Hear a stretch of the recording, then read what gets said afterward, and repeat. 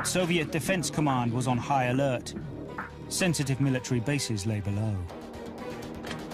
Fighters were ordered into the air to observe, then to fire warning shots, then to destroy the unresponsive intruder.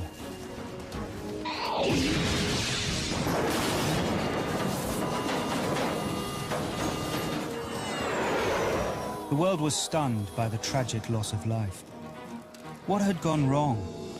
Who was at fault? We'll use 21st century forensic technology to reinvestigate this controversial event and hear from the Soviet fighter pilot who shot the Korean airliner out of the sky. On Unsolved History.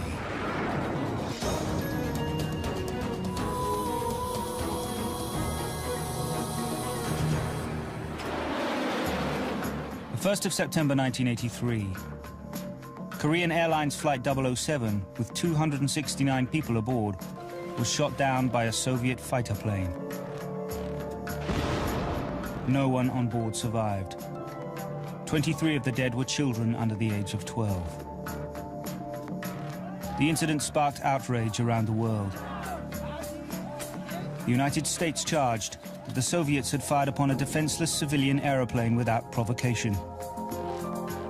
There was absolutely no justification, either legal or moral, for what the Soviets did. The Soviet Union countered that the 747 was actually a spy plane and that their actions were justified. The Soviet regime, to the end of its days, insisted the mission had been a spy flight. They hid away the data, the recorders that they had discovered, and their own internal reports on the behavior of their air defense forces. Many mysteries about this disaster remain to this day. No one knows why the Korean jumbo jet was so far off course. It had strayed over Soviet territory. But was it in Soviet airspace when it was shot down? How could a Soviet fighter pilot have mistaken a commercial 747 for a spy plane? And why was so little wreckage found? To help answer these questions, Unsolved History has assembled a team of investigators and experts. Historian Daniel Martinez. Retired aviation investigator Ron Schleed. Author and former NASA engineer Jim Oberg. Retired 747 pilot Hal Ewing. Russian aviation investigator Vladimir Kofman. Former Soviet Air Force General Anatoly Kornikov. And Russian journalist Andrei Ilyesh. Also, we'll hear a moment-by-moment account of the tragedy by the man who actually shot down KAL 007. Fighter pilot Lieutenant Colonel Gennady Osipovich.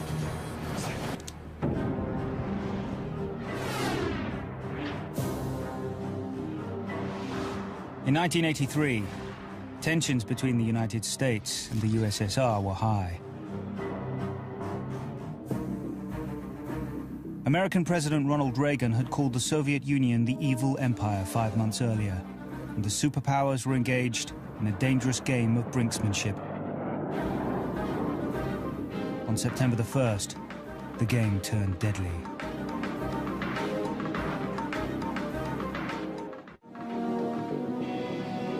After stopping to refuel, Korean Airlines Flight 007 departed Anchorage, Alaska at 4 a.m. It was the second leg of its flight from New York to Seoul. The shortest route would have taken the jet over Soviet territory. But Cold War tensions were high, so commercial airliners routinely stayed outside the borders of the USSR. 10 minutes after leaving Anchorage, KAL 007 started drifting off course.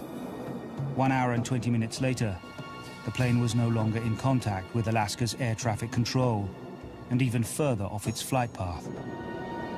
It was heading straight for the Kamchatka Peninsula and out of range of any of the North Pacific radio beacons. KAL-007 had missed its last American checkpoint at Bethel, Alaska. After it passed Bethel, which it missed by only 12 miles, not really enough to give the radar controllers, even had they been watching, much of a heads up, there are no more beacons on the entire North Pacific route until you get to Japan. The Kamchatka Peninsula was home to several key Soviet military installations. As the Korean airliner approached Kamchatka, Soviet air defense ordered fighter jets to approach and observe it. 32 minutes later, Flight 007 had crossed the peninsula and re-entered international airspace. Soviet air defense tracked the plane as it continued on a southwest heading.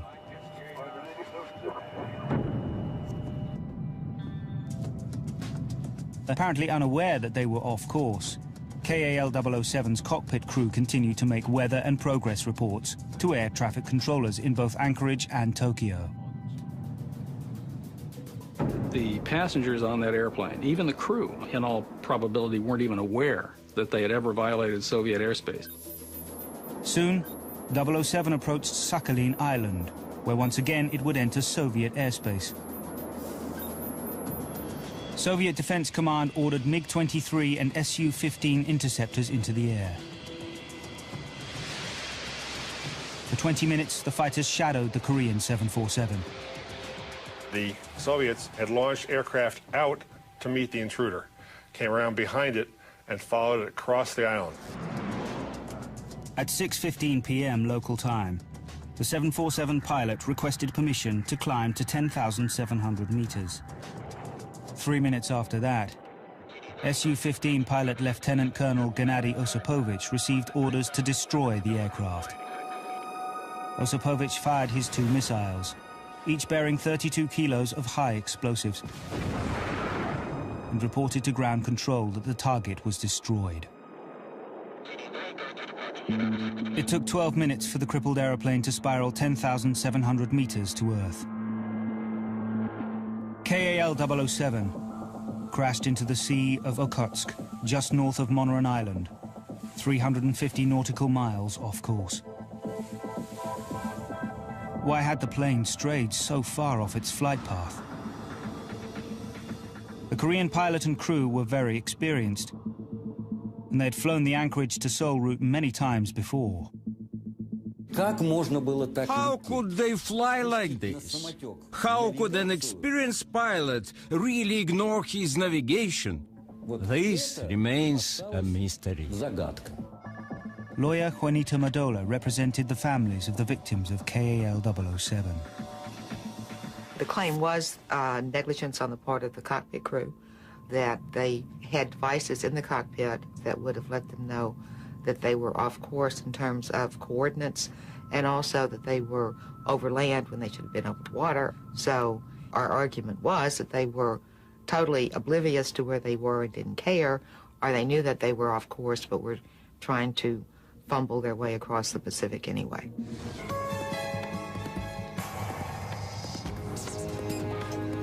To try and get some insight into the matter, retired 747 pilot Hal Ewing and historian Daniel Martinez have come to the Flight Training Academy in Miami, Florida. Ewing has been studying the crash of KAL-007 for over 20 years. Using combined data from the black boxes and a 1993 report by the International Civil Aviation Organization, he will mimic the flight of KAL-007 in a state-of-the-art flight simulator, from the time it took off until it crashed into the sea.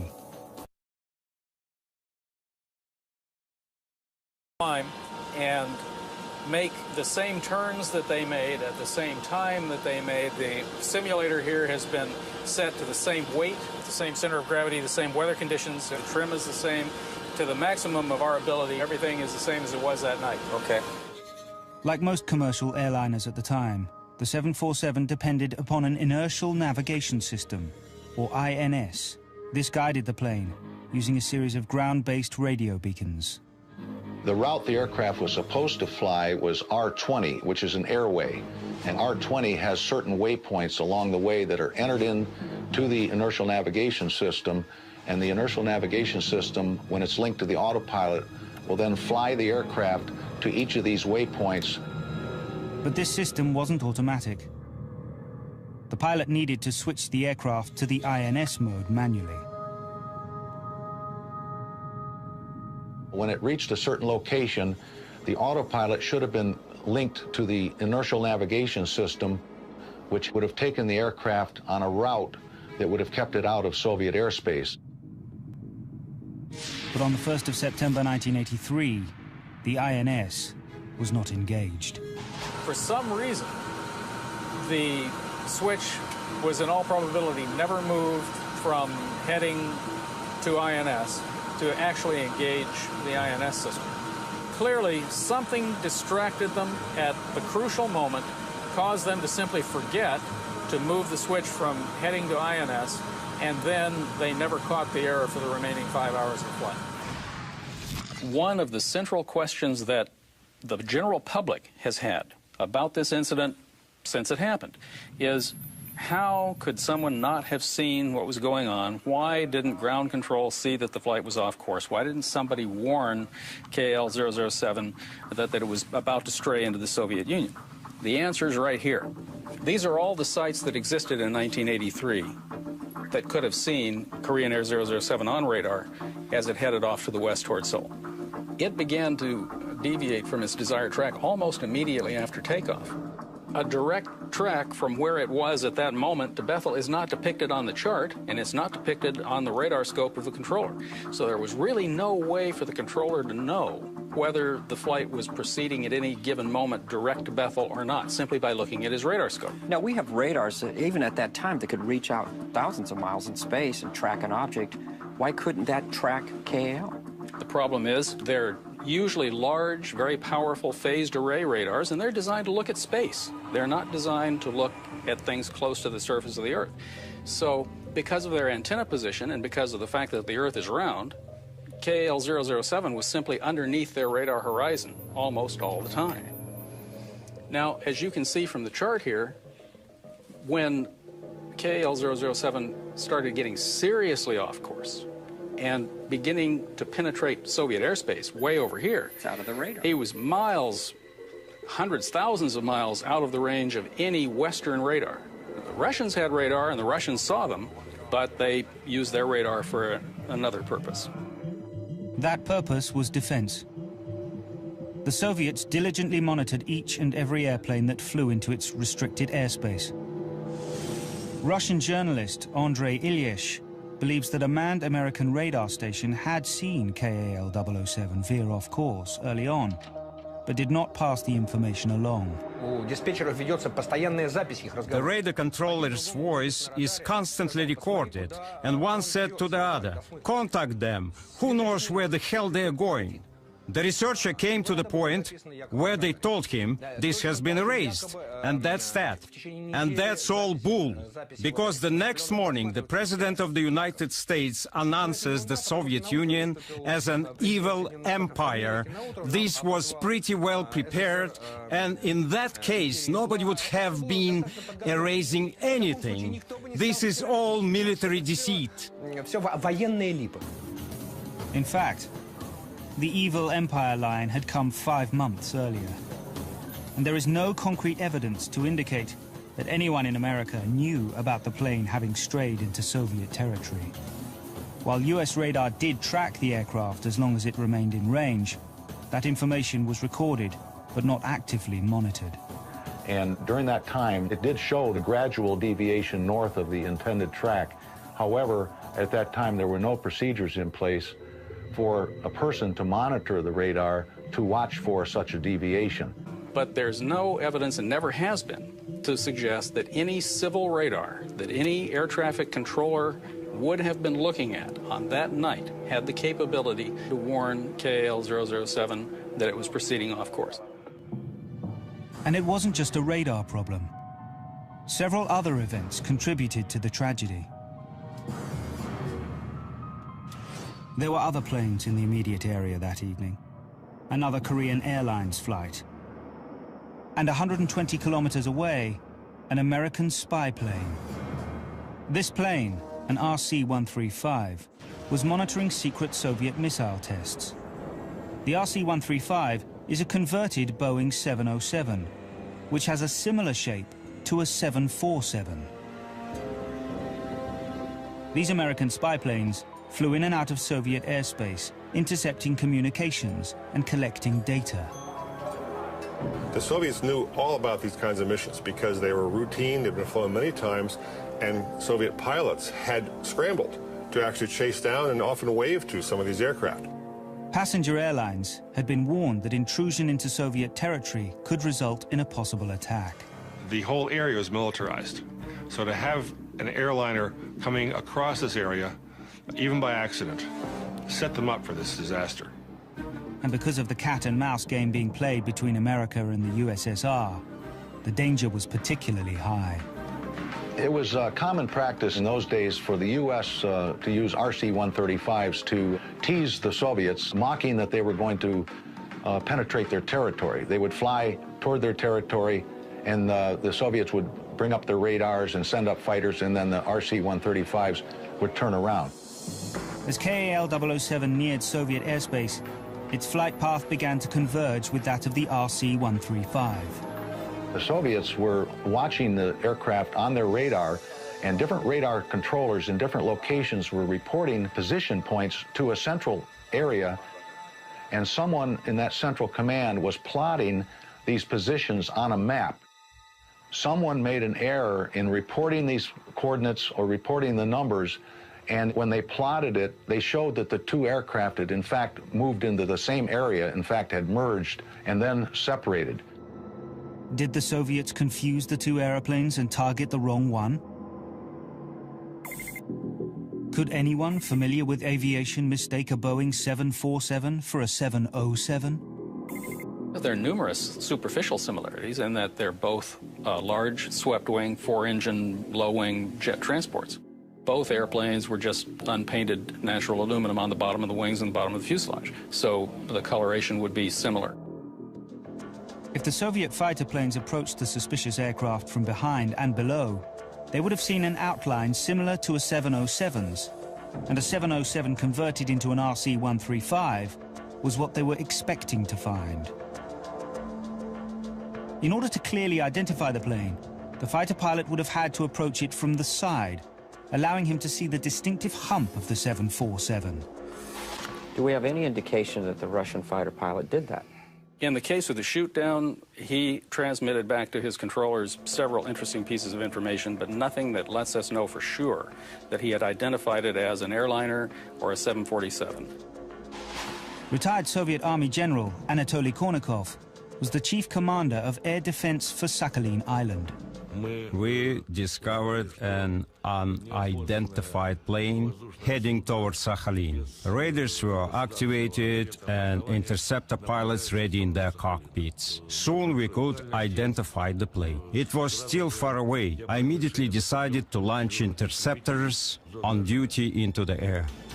Lieutenant Colonel Gennady Osipovich was one of the fighter pilots sent to intercept the intruder.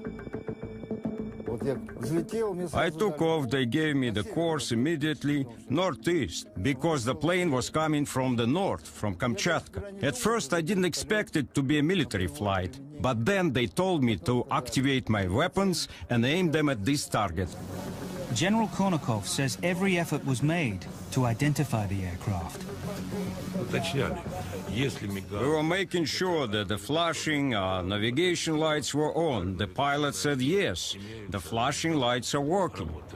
A flashing light indicates that a plane is carrying civilian passengers, but apparently this did not convince the Soviet general. Judging by the shadow and configuration, he said it looked like an RC-135. I reported that I was ready to fire. No, they said, wait, don't shoot, don't fire your missiles. Approach his altitude and force the plane to land. In other words, they really didn't want to destroy it.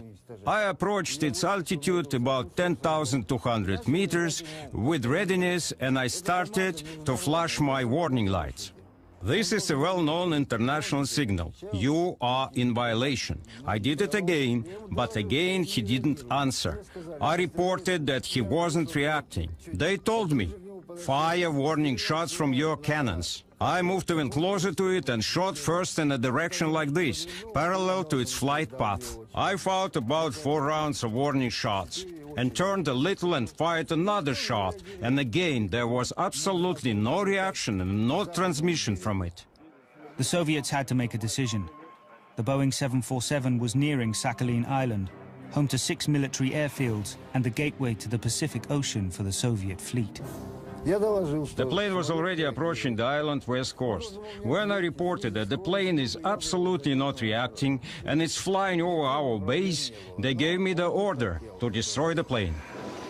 The crew of KAL-007 were oblivious.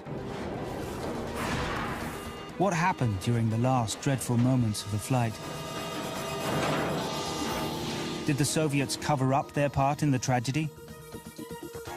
Did the Su-15 fighter pilot warn the Korean 747 before firing his missiles? And where was the plane when it was hit? Over Soviet territory or in international waters?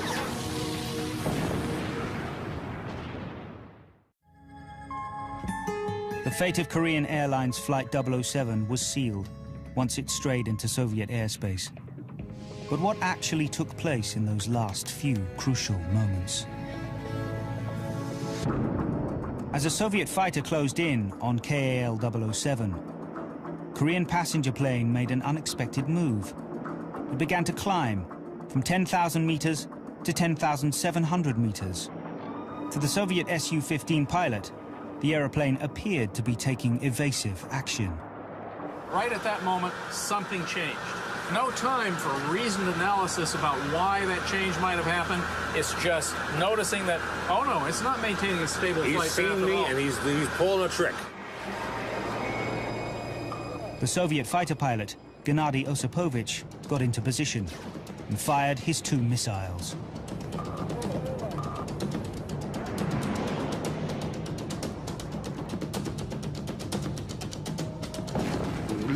The left rocket is heat-seeking through infrared, and the right rocket is radar-guided. I didn't see the impact of the heat-seeking one, but the radar-guided I saw. Because you shoot it, and then you have to aim it by sighting it with beam, so it does not go off and self-destruct. I saw it explode right under the tail, near the stabilizer. I reported that the target was destroyed and returned to my airbase. Did both Soviet missiles strike the 747? It's not known.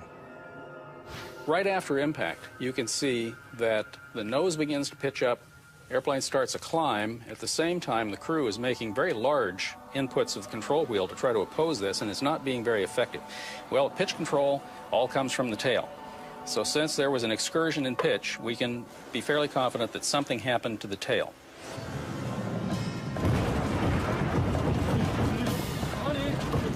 The cockpit voice recorder chronicled the flight crew's reaction. That's on the voice recorder. Someone says, "What's that?" The airplane begins to pitch up. Nose down. Okay, you're nosing back over.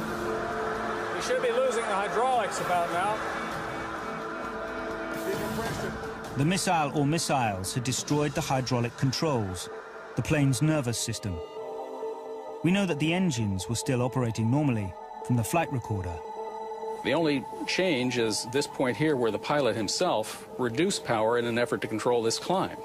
We also have a verbal comment that was recorded by the cockpit voice recorder in which the flight engineer or the second officer advised the captain after the missile strike that all 4 engines were normal. Looking back here, we can imagine what they couldn't see or never knew. The tail is scrap metal. An extra drag in the tail is jerking the tail back, pulling the nose up. Meantime, with all the scrap back there and the damage, the hydraulic lines going through the tail are all now bleeding. We're about to lose all 4 of our hydraulic systems. All the hydraulic fluid to be lost, and if that happens, the airplane's pretty much uncontrollable. A minute later, the cockpit recording stops.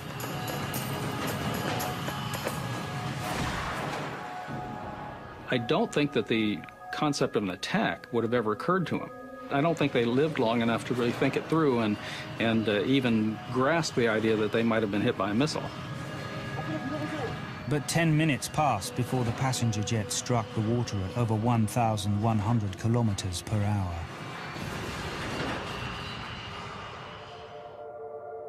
All 269 people on board were killed. Korean Airlines Flight 007 was totally destroyed. Osipovich insists he fired several warning shots at the jetliner. But did the fighter pilot know that he was tracking a passenger plane? First of all, I didn't have time to figure out what kind of plane it was. I was the only one in the cockpit, and a plane is not a car. For one person to navigate, to aim weapons, to observe everything, and at the same time figure out if it is a civilian plane or whether it is waving at me friendly. I had only one goal. I was basically aiming, how to say, to kill. This is what I learned. Osipovich was following orders, as he had been trained to do. But whether he followed recognized international procedures is a matter of debate. The international accepted procedure is for the fighters to come up alongside, make visual contact with the crew, to alert them by either flashing their lights or firing cannons. The fighters that were sent up to intercept Korean Air did not follow the international procedures for interception and identification. This is the actual audio recording of the radio conversation between Osipovich and his commanding officer in the minutes leading up to the firing of his missiles.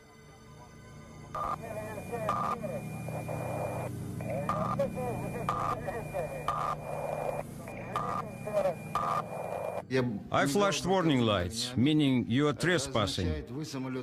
I shot 4 rounds, more than 250 shells from cannons. We have more than 500. I didn't see the shells. They had to see the flashes from the barrel. They're big at night. Everyone could see it. We used all possible means to let them know they were trespassing. Commands from the ground, from the air, by blinking lights, by warning shots from the cannons. But if so, why didn't KAL-007 see the warning shots? It's possible that the Korean plane had started its climb to 10,700 meters just before Osipovich fired. The warning shots could have passed beneath the 747, out of the Korean crew's line of sight. And another mystery remains. Where exactly was the Korean plane when it was attacked? The Soviets claimed that the incident occurred in their airspace, but some insist KAL-007 had re-entered international airspace. This is a detailed map of the search areas. Where was the plane found? Right here, X marks the spot where the wreckage was located. It's interesting to note that if you trace the 12-mile limit around Monaran Island and the 12-mile limit off the west coast of Sakhalin, it is definitely in international waters. The report from the first investigation by the ICAO, the International Civil Aviation Organization, was released in 1984. It was inconclusive. 2 crucial pieces of evidence were missing: the cockpit voice recorder and the flight data recorders, the so-called black boxes. The cockpit voice recorder does just what the name implies. It records all the sounds and all the voices that occur on the flight deck so that investigators can listen in and to hear what's going on. Not until 1992, 2 years after the collapse of the Soviet Union, did Russia's first president, Boris Yeltsin, allow access to KAL-007's black boxes. The flight data recorder was missing for almost 10 years. Finally turned over to ICAO in 1992, when we were able to see these traces right here and all the rest of the data on the flight data recorder. Finally, for the first time, we could have a much better idea of exactly what happened aboard Korean Air 007 that night. To confirm where KAL-007 fell into the sea, our experts employed a state-of-the-art search and rescue program called SARMAP. Software designer Owen Howlett and oceanographer Malcolm Spaulding worked backwards calculating where the jumbo jet hit the water from information about the debris. Both tides and currents cause items in the water to move in predictable ways. We have some indication about where the debris was found and roughly the time period that it occurred. And so let's say that the debris was being picked up along the shore in the southeast area of Akito Island in Japan. And so what we're looking for is actually where that path intersects with the flight path. Where we see these particles now intersect with the green line, which is K007's flight path, we would say that's probably the origin or the location of where the wreck site could be found. After tracking the currents back to the crash site, Howlett and Spaulding confirmed their results by following the debris forward again. Now that we have information about the actual wreck site, we've essentially overlaid where the wreck was found by the green airplane symbol that says wreck found, and we've overlaid on that as well the location of where we thought the search area should have been located for the debris field that we saw. See that the location of the wreck is to the south and west slightly of where the missile attack occurred, which seems consistent with the flight path and subsequent airplane motion after the attack occurred. The wreckage was found by the divers here, which is approximately 38 kilometers, or that's about 20 nautical miles from Sakhalin Island. Then that indicates that the wreckage was located just outside the 12-mile limit of territorial waters of Soviet Union. That's right, Ron. It looks like it was about 14 nautical miles offshore. This confirms where the Korean plane hit the water, but it doesn't betray where the Soviet fighter attacked its target. Did the deadly missile strike the jumbo jet over neutral or Soviet territory? Russian aviation investigators Vladimir Kofman and Yuri Chigurov were part of the original International Civil Aviation Organization team in 1983.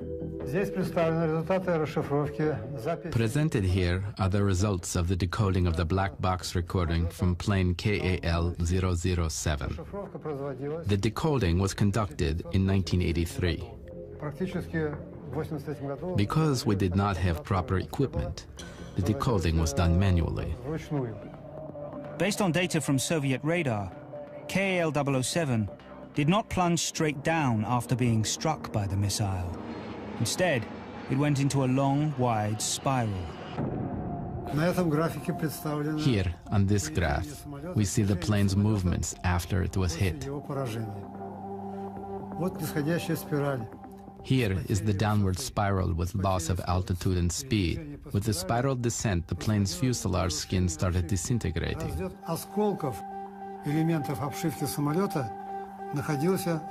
The debris was dispersed over the 5 to 7 kilometer radius. In fact, very little debris was ever found. The Soviets cited this fact as evidence that KAL-007 was a spy plane. To this day, General Kornakov is skeptical that the 747 was a civilian aircraft. I'm still convinced there were no passengers on that plane, and I have grounds to think so. No intact bodies were recovered from the crash site. This fueled countercharges that the Soviets had captured the passengers and were holding them prisoner. Where were the remains? Submarine Captain Mikhail Gears piloted one of the submersibles involved in the recovery. We were actually looking for the Boeing, or what was left of it, and our main task was to recover the black boxes. Once the Soviets found the black boxes, they wanted to determine if there had been passengers aboard the alleged spy plane. Only fragments of 4 human bodies, including a child, were ever recovered. We found bones and body parts. You've seen my pictures. There were many underwater creatures that immediately eat everything, including crabs, and there was a strong current there.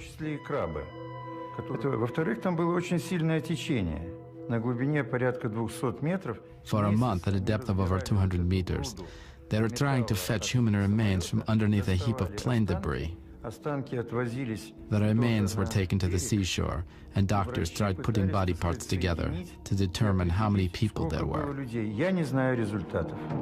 Identifying the remains was impossible. In fact, authorities were unable to prove conclusively that the body parts had even come from passengers of KAL 007.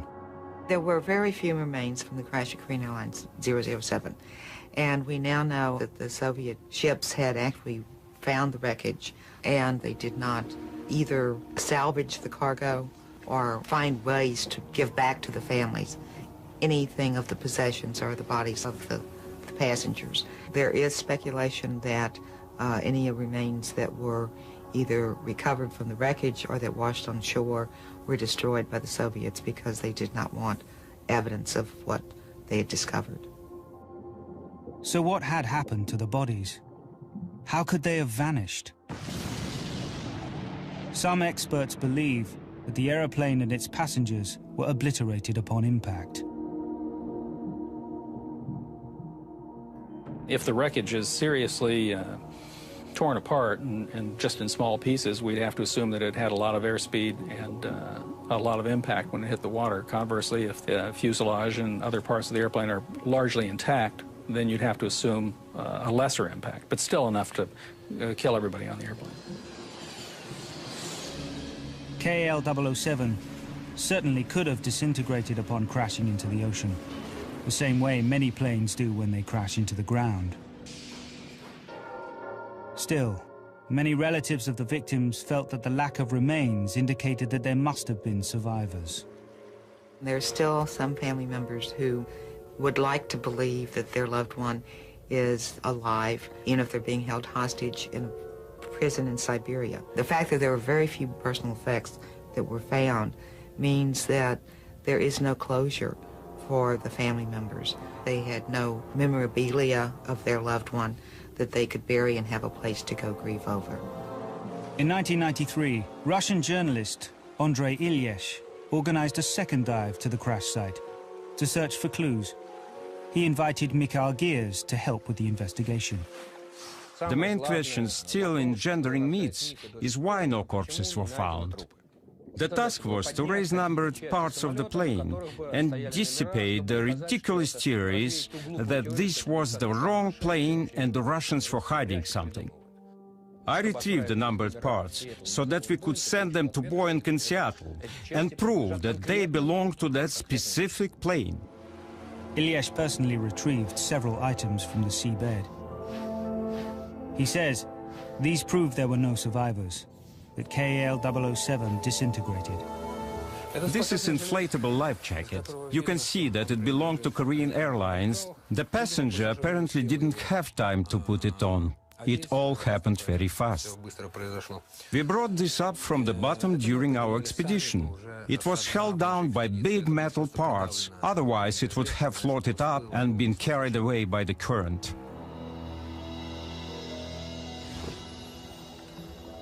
Do swift currents, scavengers, and time account for the surprising scarcity of crash debris and human remains? And there's still the question of where the Soviet missiles connected with the Korean passenger plane. Had KAL 007 already passed into neutral and supposedly safe airspace? Or was it over Sakhalin Island and its top-secret military bases?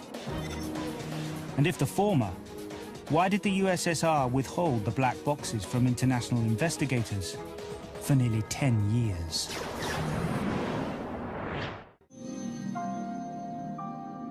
For almost 10 years, the shooting down of Korean Air Flight 007 was shrouded in mystery. Finally, in 1992, the Russian Federation relinquished the plane's black boxes to Korean authorities. A second official investigation, released in May of 1993, concluded that the Soviet Defense Forces had exercised proper conduct and made every attempt to identify and warn the passenger plane before firing on it. The report also concluded that the fighter pilot had attacked the 747 in Soviet airspace. Jim Oberg, an expert on Soviet disasters, disagrees. Oberg noticed that on page 10 of the 1993 report, The exact coordinates of where the plane was struck by the missiles were listed, as was the time and how far off course the 747 had flown. According to the ICAO report, the target was hit at 6:25 p.m. At the time, KAL 007 was 350 nautical miles to the right of Airway R20. The coordinates of the location are 46 degrees north and 141 degrees east. The most precise data was from the Russian tracking data itself, and in a supplement to the report in '93, the Russian government and the military provided tracking data which unambiguously showed the aircraft out past the 12-mile limit. Are you telling me that Korean Airlines Flight 007 was shot down outside of Soviet airspace? By a few miles, not by much, but clearly past it in international waters when the missile was launched. It had already crossed the 12-mile limit back into international waters where it was destroyed. These incriminating coordinates come from the Russians themselves. The reconstruction of the trajectory using the black box data and computer modeling still gave a little uncertainty of a few miles. But it's the Russian data from their own radar sites and numeric values of the position that they gave in 1992 that, when plotted on a map, show where it was attacked. Even so, was there any reasonable justification for the attack? The Soviet interceptors did not follow the international standards for intercepting aircraft that might be hostile over a country's own airspace. Those standards require that if there is a concern about an airplane being over your country's airspace and not being identified, that the interceptors are to go up and flash lights, waggle their wings, try to make radio contact, to try to do something to get the attention of the intercepted airplane. Nobody can suggest, believably, that the Russians, the Soviets, were justified in doing what they did to KL-007 in 1983. Because, among other things, it presented no clear threat to them. It had already transited all their airspace it was going to transit. In fact, when they attacked it, it had already exited their airspace and was back out in international airspace, proceeding on toward Japan. I don't believe the attack was justified because the fighter really didn't try to follow the standard procedures to identify this aircraft and warn it. If it had gone up close enough to get next to it and alert the pilots, he certainly should have been able to identify it as a civil aircraft.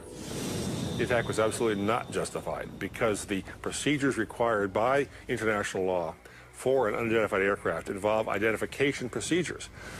Getting the attention of the pilot, giving them a chance to respond, to follow you to an airfield. Those steps the Soviets said they took, and they lied. We had no choice. We had to destroy the Boeing, passengers or no passengers, and this is a big question. I mean, anybody could have been flying this plane. There is past history where the governments who accept responsibility for causing death or injury, we still believe it's important for the Soviet Union or Russia now to do the same thing for the families of the people that were shot down. The last flight of Korean Airlines 007 will always provoke controversy, even though the Cold War is long over. The official finding of the International Civil Aviation Organization remains that the Korean aeroplane flew off course due to pilot error, and that the Soviets truly believed that it was a spy plane.